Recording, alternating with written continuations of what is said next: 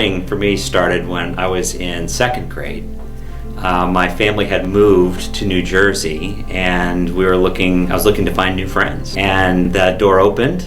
My dad had been and is an Eagle Scout, so it was natural to get involved, and it was a quick way to meet new friends. Oh, it's got to be winning my first Pinewood Derby.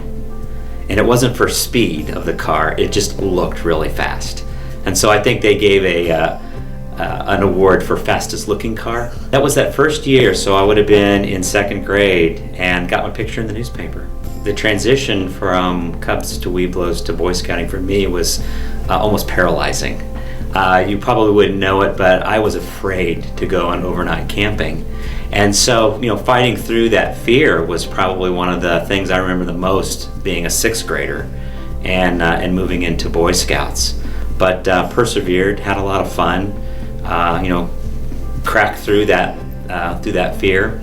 And just enjoyed camping and the love of camping and the whole Boy Scout camping experience. I didn't set out to say, hey, I want to be an Eagle by this age. I just had fun with my friends.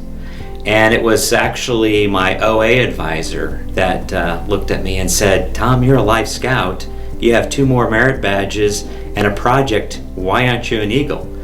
And that got me thinking, I probably should close this out. And so I was one of those 17-and-a-half-year-old Eagle Scouts.